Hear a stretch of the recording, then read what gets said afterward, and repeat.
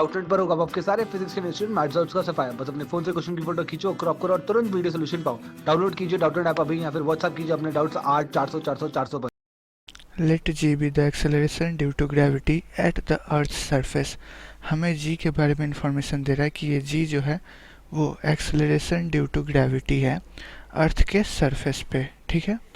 And के the rotational kinetic energy of the earth, और के जो है ये rotational kinetic energy of earth है, ठीक है। ये दोनों डेफिनेशन हमें बताया गया है। Suppose the earth's radius decreases by 2%। अब हमें कह रहा है कि मान लो आपकी अर्थ का जो रेडियस है वो डिक्रीज कर रहा है 2% से, ठीक है। Keeping all other quantities constant, then मतलब कि सारे अदर क्वांटिटीज जो हैं वो सारे के सारे कांस्टेंट हैं, तब हमें बताइए कि जी और के में इंक्रीज और डिक्रीज कितना होगा, ठीक है। तो हम लोग इस क्वेश्चन को करने के लिए कॉन्सेप्ट अपना लगाएंगे। कॉन्सेप्ट मैं थोड़ा रिकॉल कर देता हूँ।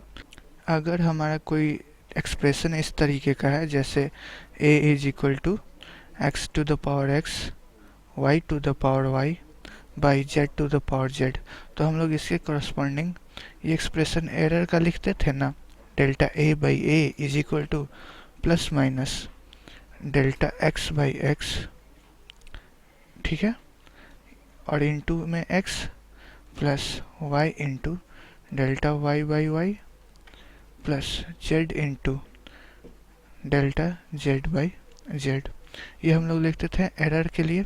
ये जो डेल्टा ए होता था वो ए का एरर होता था, लेकिन हम लोग को इसमें एरर नहीं निकालना है, इसमें चेंज निकालनी है हमें, क्या चेंज कर रहा है और कितना चेंज कर रहा है। तो उसके लिए एक्सप्रेशन अगर मेरा इस तरीके का होगा, A is equal to X to the power X Y to the power Y by Z to the power Z, तो हम लोग क्या लिखेंगे, change in A by A is equal to हम लोग लिखेंगे X into change in X by X plus change in Y by Y into Y minus Z into change in Z by Z. यहाँ पे ये जो plus minus है ये भी नहीं होगा, क्योंकि ये जो फाइनल कैलकुलेशन करेंगे हम लोग, इससे जो साइन आएगा उसी से हमें पता चलेगा कि इंक्रीज कर रहा है कि डिक्रीज कर रहा है, ठीक है। यहाँ पे जो जेड था इस एक्सप्रेशन में, ये एक्चुअली में Z to the power minus Z ऊपर ले जाते तो लिखते, तो ये माइनस जेड यहाँ पे आगे आ गया, ठीक है। इसको आप इस तरीके से लिख लो, कोई दिक्कत नहीं है। Minus Z into delta Z by Z किए हैं हम लोग, ठीक है। ये हमारा एक्सप्रेशन है जो इस क्वेश्चन में यूज करने वाले हैं। ये समझ में आ गया आपको? ऐसा क्यों किए? क्योंकि हम लोग यहाँ पे एरर का कंप्यूटेशन इस एक्सप्रेशन का नहीं कर रहे हैं कि ए में कितना एरर होगा, हम लोग एग्जैक्ट चेंज का कंप्यूटेशन कर रहे हैं, और चेंज हमेशा जो एक्सप्रेशन है उसके अकॉर्डिंगली होगा। मतलब कि अगर इसमें पॉजिटिव चेंज है, इसमें भी पॉजिटिव चेंज है, तो हमें फाइनल चेंज जो है वो पॉजिटिव देखने को मिलेगा अगर इसको कांस्टेंट रखा गया तो। और इसमें अगर नेगेटिव चेंज है, इसमें नेगेटिव चेंज है, मतलब नेगेटिव कहने का मतलब कि डिक्रीज कर रहा है, एक्स डिक्रीज कर रहा है, वाई डिक्रीज कर रहा है, तो जो ए होगा वो भी डिक्रीज करेगा। अब इन दोनों को कांस्टेंट रख लो आप और जेड को इंक्रीज और डिक्रीज करो। तो जेड को अगर इंक्रीज करते हैं तो डिनोमिनेटर वाला टर्म इंक्रीज हो रहा है, इसका मतलब कि ए जो है वो डिक्रीज करेगा, ठीक है। और जेड अगर डिक्रीज करेगा तो ए इंक्रीज करेगा। ये हम लोगों को डिटरमाइन करेंगे इस तरीके से। ये एक्सप्रेशन भी उसी तरीके से है।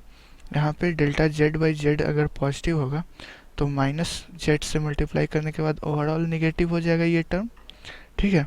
तो निगेटिव हो जाने के कारण ए में जो है वो चेंजिंग निगेटिव देखने को मिलेगी, जो यहाँ से भी क्लियर हो रहा था, ठीक है। तो वही इस एक्सप्रेशन को हम लोग यूज करेंगे इस क्वेश्चन को सॉल्व करने के लिए। साथ में हमें ये भी ध्यान देना होगा कि जो जी की फॉर्मूला होती है वो भी पता होना चाहिए इसके लिए। तो जी इज इक्वल टू हमें पता है क्या, जी इज इक्वल टू होता है capital G M by R square, small G is equal to होता है capital G M by R square. ये अर्थ के सरफेस पे होता है, ठीक है। तो यहाँ से देख सकते हैं कि सारे क्वांटिटीज़ को हमने कांस्टेंट रखा था, केवल रेडियस में चेंज ला रहा है। तो यहाँ से हम लोग लिख सकते हैं delta G by G is equal to -2 times delta R by R. ऐसा क्यों किया? क्योंकि जी और एम तो हमारे कांस्टेंट है, इस दोनों में कोई चेंज नहीं है, केवल आर में चेंजिंग है। तो हम लोग delta G by G is equal to -2 times केवल चेंज इन आर लिखे हैं। अब हमें जो है delta R by R actually में परसेंटेज में दिया हुआ है, तो हम लोग इसी एक्सप्रेशन को और मॉडिफाई कर लेते हैं। तो ये हो जाएगा हमारा delta G by G into 100 is equal to -2 times delta R by R into 100। अब ये परसेंटेज चेंज इन रेडियस है और ये परसेंटेज चेंज इन ग्रेविटी है। तो अब हम लोग कंप्यूट कर सकते हैं ये परसेंटेज चेंज इन ग्रेविटी।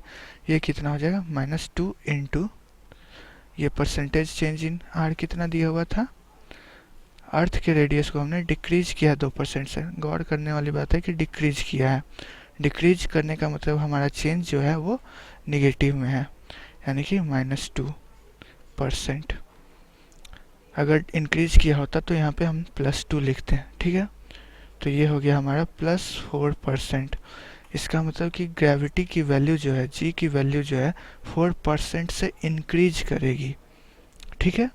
अब सेकंड क्वांटिटी हमारा क्या था? Rotational kinetic energy. तो रोटेशनल काइनेटिक एनर्जी क्या होता है? k इज इक्वल टू होता है ½ L²/I, ठीक है।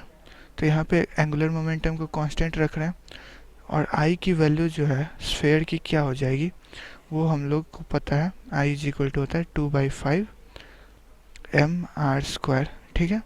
तो फाइनल हमारा k का एक्सप्रेशन आ जाएगा ½ इंटू L²/2 mr² इंटू 5 जो है वो ऊपर में चला जाएगा। तो ये हो जाएगा 5L²/4 mr²।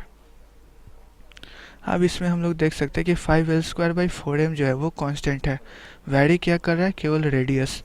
तो हम लोग फिर से वही एक्सप्रेशन लगाएंगे, delta k/k is equal to जो होगा वो हो जाएगा -2 इंटू, क्योंकि यहाँ पे जो है हम लोग इसको लिख सकते हैं ना 5L²/4m इंटू r⁻²।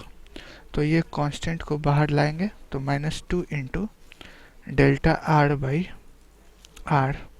अब हमें ये वैल्यू नहीं दी हुई है delta r/r, delta r/r into 100 दिया हुआ है। तो हम लोग क्या कर लेते हैं, दोनों साइड 100 से मल्टीप्लाई कर लेते हैं।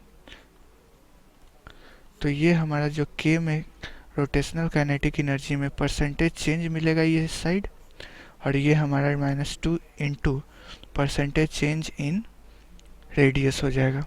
तो ये वैल्यू हमें दी हुई है -2, क्योंकि डिक्रीज कर रहा है इसलिए माइनस लगाएंगे।